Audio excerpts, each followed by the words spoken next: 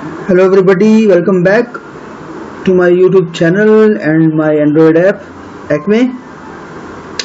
आज हम कंटिन्यू करेंगे और कोशिश करेंगे इसको फिनिश करने की जो हमने शुरू किया था लिटरेरी टर्म्स। आज की पहली टर्म जो पढ़ने वाले हैं इट इज़ आयरनी। आयरनी जो है बोलचाल की भाषा में भी हम काफ़ी यूज़ करते हैं कि ये तो बहुत ही बड़ी आयरनी है। आयरनी होती क्या है?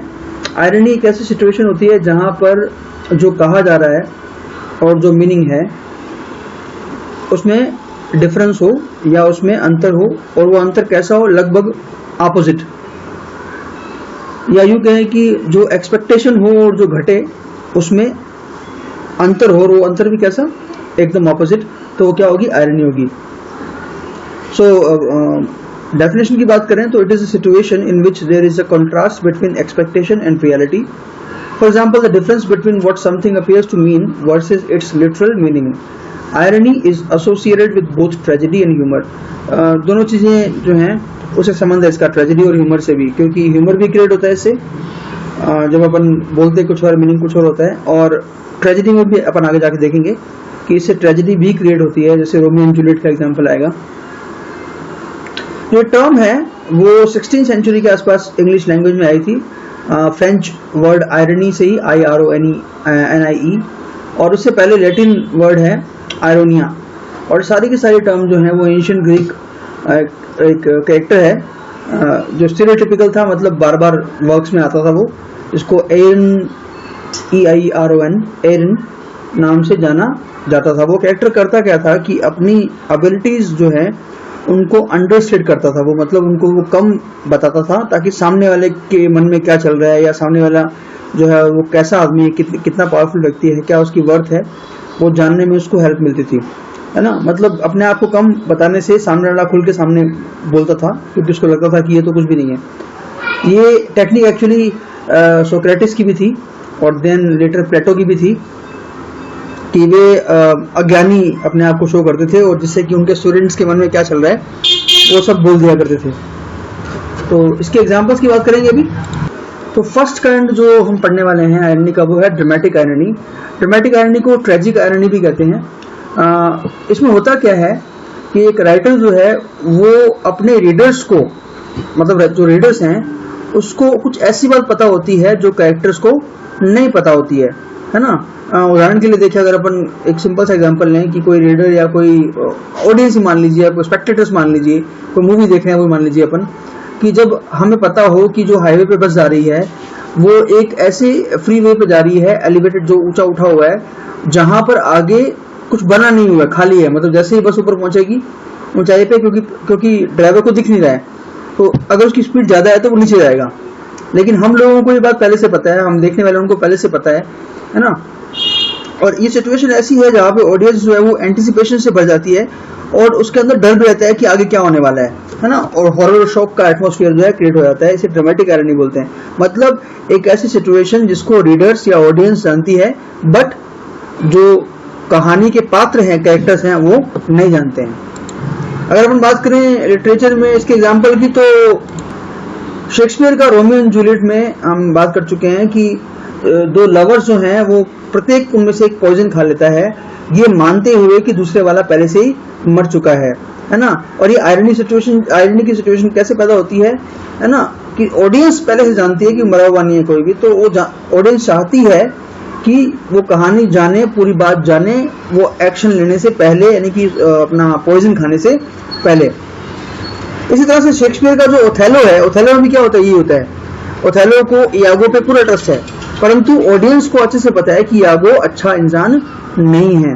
मतलब ऑडियंस चाहती है कि ओथेलो को पता लगे ये बात, बट ओथेलो को ये बात नहीं पता। तो इसे ड्रामेटिक आयरनी कहते हैं, है ना, बिकॉज ड्रामा में जनरली ये घटनाओं पे आधारित है, इसलिए इसे ड्रामेटिक आयरनी कहते हैं।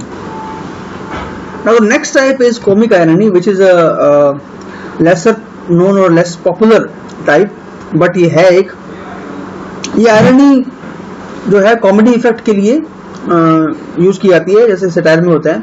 हालांकि जेन ऑस्टिन जो है इस तरह की आयरनी की मास्टर थी, है ना।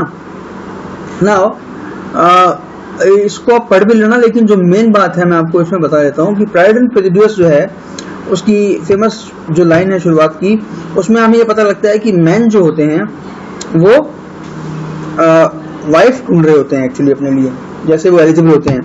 लेकिन पूरे नॉवल के दौरान वो ये बात को बहुत क्लियर करती है कि ऐसा नहीं है, एक्चुअली इसका ठीक उल्टा होता है। एक्चुअली जो फीमेल हैं उनके लिए वो खुद या उनकी मदर फादर्स जो हैं, फादर जो हैं, वो लड़का ढूंढ रहे होते हैं। ये पूरे प्राइड एंड प्रेजुडिस में हमें पता लगता है।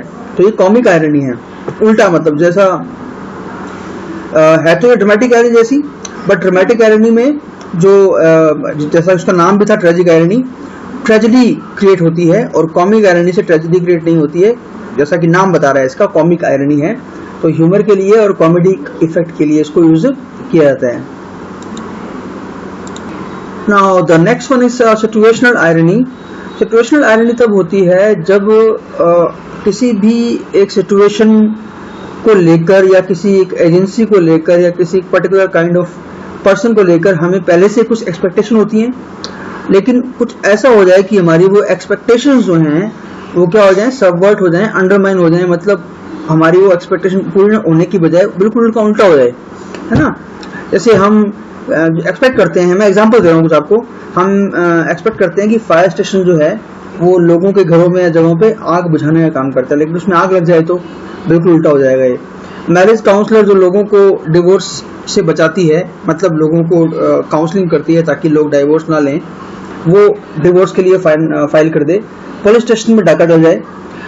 फेसबुक पे, मैं बिल्कुल मॉडर्न एग्जांपल ले रहा हूँ, फेसबुक पे कोई अगर ये अपनी पोस्ट डाले ये कहते हुए कि फेसबुक कितना यूजलेस है, तो मतलब ये एक सिचुएशनल आयरनी होगी कि मतलब वो उसी को यूज करके उसी के लिए बुरा बोल रहा है। ट्रैफिक पुलिस वाला जो है उसका लाइसेंस जो है वो जब्त हो जाए कि क्योंकि उसने पार्किंग टिकट जो है उसका पैसा पे नहीं किया, चालान नहीं भरा है, मतलब अपने यहाँ की लैंग्वेज में बोले अगर तो। और अगर अपन कहें कि पायलट जो है उसको ऊंचाई से डर लगता है, तो ये भी क्या होगा, सिचुएशनल आयरनी के एग्जाम्पल होंगे। ओके, लास्ट वन है वर्बल आयरनी। वर्बल आयरनी जो है इसमें देखिए ये सबसे सिंपल है एक तरह से देखा जाए तो, कि इसमें जो कहा जाता है उसका ठीक उल्टा में नहीं निकलता है। ये आयरनी जो है हमारे रियल लाइफ में भी खूब यूज होती है ना। जब अपन किसी को बोलते हैं कि बहुत समझदार है तुम यार, है ना, तो इसका मतलब जब हम उसको मूर्ख बोलना चाह रहे हैं लेकिन हम बोले कि बहुत समझदार है तू ना। और जब किसी को बोलते हैं तेरे में बहुत दिमाग है ना, ज्यादा दिमाग है तेरे में, बोलते ना, तो ये भी एक आयरनी का एग्जाम्पल है, मतलब वर्बल आयरनी का एग्जाम्पल है। जो कहा जाए उसका बिल्कुल उल्टा हो। ये Holy Grail, Monty Python and the Holy Grail जो है एक वर्क है, उसमें एक नाइट है, उसकी दोनों भुजाएं आर्म जो है वो कट गए हैं, और वो क्या कहता है, it's just a flash wound, है ना, कुछ खास नहीं है, बस हल्का फुल्का मतलब घाव है, खरोंच है ये बोलने का ना। तो ये एक तरह से मतलब अंडरमाइन तो कर ही रहा है, वो बिल्कुल उल्टा बोल रहा है जो हुआ उसका। तो वर्बल आयरनी वो होती है जहां पर कहा कुछ जाता है, उसका मीनिंग ठीक उसका उल्टा होता है।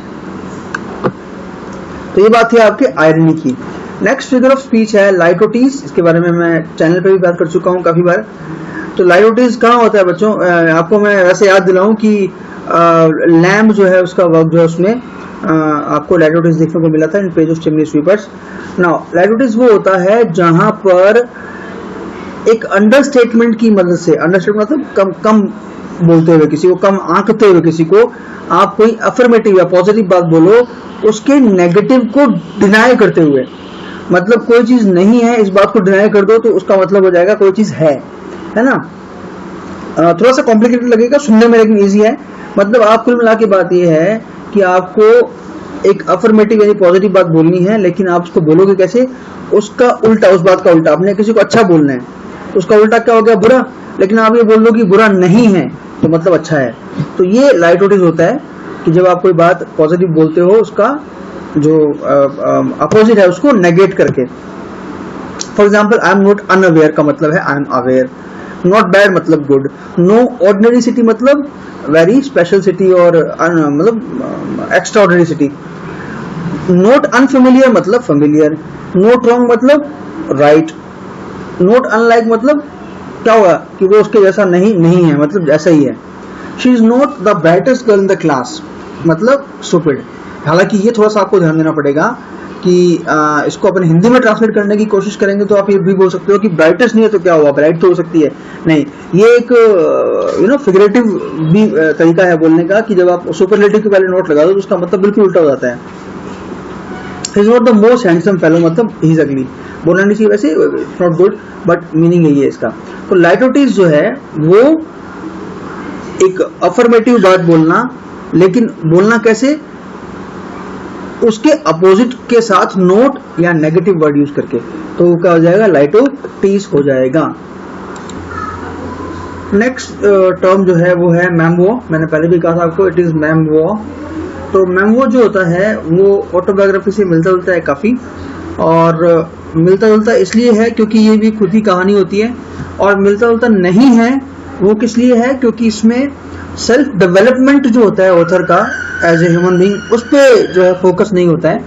यहाँ पर उसके आसपास के जो इवेंट्स हैं, जो घटनाएं हैं, उन पर फोकस किया जाता है ज़्यादा, जबकि ऑटोबायोग्राफी में एक ह्यूमन बीइंग के रूप में ऑथर जो है उसका डेवलपमेंट शो किया जाता है। जैसे कि डोरिस लेसिंग जो है बहुत ही फेमस हैं अपने मेमोर्स के लिए, मेमोर्स ऑफ अ सर्वाइवर, याद रखना। तो ऑटोबायोग्राफी और ये मेमोर में अंतर याद रखना, क्योंकि ये काफी सिमिलर है दोनों। नेक्स्ट टर्म जो है वो है मेटाफोर। मेटाफोर सबसे कॉमन डिवाइस है यूज होने में, लेकिन पहचानने में बहुत बार धोखा खा जाते हैं हम लोग। पहले तो अपन बात करते हैं डेफिनेशन की। डेफिनेशन तो ये है कि it is a kind of comparison between two things, but the comparison is indirect. Indirect क्यों है? बिकॉज इसमें लाइक और एज का प्रयोग नहीं करते हैं। अगर हम लाइक और एज का प्रयोग कर लें फिर तो वो डायरेक्ट कंपैरिजन हो जाएगी और सिमिली हो जाएगी, है ना। लेकिन यहाँ पर लाइक और एज के बिना हम कंपैरिजन करते हैं, और जो थिंग्स हैं उनमें कुछ ना कुछ आपस में कॉमन होता है। ओके, तो अपन एग्जांपल्स देखें अगर इसके, तो फर्स्ट एग्जांपल देखिए, मैं सीधे आता हूँ जहां पर मेटाफोर है। तो वो कह रहा है कि the sky is a snotty handkerchief.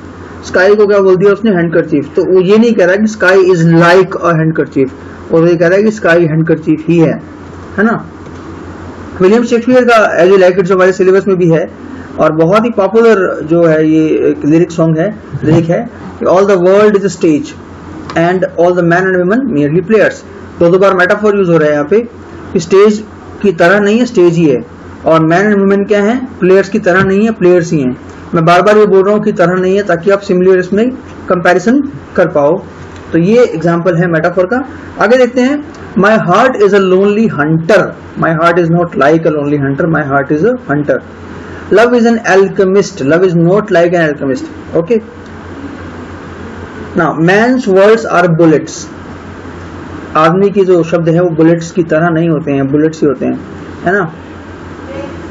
अच्छा, rain came down in long knitting needles. अब देखिए यहाँ पर आपको इतना सीधा साधा जो है आंसर नहीं मिलेगा इसमें मेटाफोर। वो कह रहा है कि रेन जो है वो सुइयों की तरह नहीं, बिल्कुल सुई ही बनके जो है वो आई। तो यहाँ पर रेन की जो ड्रॉप्स हैं, बूंदे हैं, उनको नीडल्स की तरह नहीं बताया गया, उनको नीडल्स ही बना दिया गया है ना। तो ये कुछ इस तरह के इनडायरेक्ट आपको एग्जांपल भी मिलेंगे मेटाफोर के अंदर। नेक्स्ट एग्जांपल में लैंग्वेज को क्या बता दिया इसने? रोड मैप कल्चर का, है ना। Memory is a crazy women. Memory crazy women की तरह नहीं है, क्रेजी वुमन ही है। Love is a wild card. Time is a dress maker.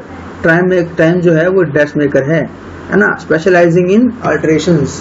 तो बाल्बिन की लाइन है ये, और ये बता रहा है कि भाई टाइम जो है वो अल्टरेशंस कर देता है, क्योंकि वो ड्रेस मेकर की तरह है। तरह नहीं है यहाँ पे, हम बोल रहे हैं तरह है, ये तो सीधा ही बोल रहा है कि वो ड्रेस मेकर ही है। एक और चीज मैं इसमें ऐड करना चाहूंगा, एग्जाम्पल में लिख नहीं पाया इसमें, कि कई बार मेटाफोर जो है वो OF का यूज करके भी होता है। और मैं इसका आपको एक सिंपल तरीका बता देता हूं कि जब ऑफ ऐसी उन दो चीजों के बीच में आए, उनको जोड़े जिनका हमारी रियल लाइफ में लिटरल कनेक्शन नहीं होता कोई भी। उदाहरण के लिए मैं अगर बोलूं कि अ ग्रुप ऑफ बॉयज, तो ये बिल्कुल सही है, क्योंकि बॉयज का एक ग्रुप होता है, हो सकता है ना।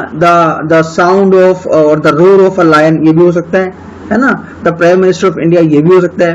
तो ये मेटाफोर नहीं है, लेकिन ऐसे दो वर्ड्स के बीच में अगर ऑफ आ जाए जिनका रियल लाइफ में लिटरल वर्ल्ड में कोई कनेक्शन नहीं होता, उदाहरण के लिए मैं बोलूँ अगर द रे ऑफ होप, आशा की किरण, क्या आपने आशा की किरण देखी है कोई कहीं से आती हुई? नहीं ना। मतलब आपको इसी तरीका बता रहा हूं मैं कि रे ऑफ होप होती नहीं है कोई भी, है ना, लिटरल वर्ल्ड में, रियल लाइफ में, फिजिकल में। तो ये भी मेटाफर है क्योंकि उसने आशा को एक किरण की तरह बताया है, बस तरह नहीं है, वो किरण ही है एक्चुअली, है ना। अगर मैं एग्जाम्पल लूँ रविंद्रनाथ टैगोर का, उनकी जो फेमस पोइम है, द पोइम का नाम दिमाग से निकल रहा है, या हेवन ऑफ फ्रीडम। तो हेवन ऑफ फ्रीडम जो है वो भी अपने आप में क्या है, एक मेटाफर ही है, बिकॉज फ्रीडम का कोई हेवन नहीं होता, है ना। उसके अंदर भी बहुत सारे एग्जांपल हैं ऑफ वाले, जैसे कि वो बोलता है कि the dreary desert sand of dead habits, है ना, sand of dead habits. Dead habits की कोई सैंड या मिट्टी नहीं होती है ना। उसके बाद वो बोलता है कि crystal clear stream of reason, stream of reason, है ना, तर्क का झरना, कोई झरना नहीं होता तर्क का, तो तर्क को एक झरने की तरह बता दिया उसने। तो मतलब तरह नहीं बताया, हम उसको तरह बोल रहे हैं। तो ऑफ का प्रयोग करते हुए भी, और ऑफ का प्रयोग करने की पहचान मैंने क्या बताई आपको, कि जब ऐसी दो चीजों के बीच में ऑफ आ रहा हो जिनका फिजिकल या लिटरल वर्ल्ड में, रियल वर्ल्ड में कोई कनेक्शन नहीं हो आपस में, या वास्तव में वो होता ना हो, तो वो भी मेटाफोर होता है। मैंने आपको एग्जांपल भी दिए इसके, and I feel a little sorry for not mentioning those examples in this sheet और इन दिस स्लाइड। मैं ऐसा करूंगा कि पीडीएफ के रूप में इन एग्जांपल्स को आपको देने की कोशिश करूंगा। तो that will be all in this video. बाकी बातें करते हैं हम नेक्स्ट वीडियो में।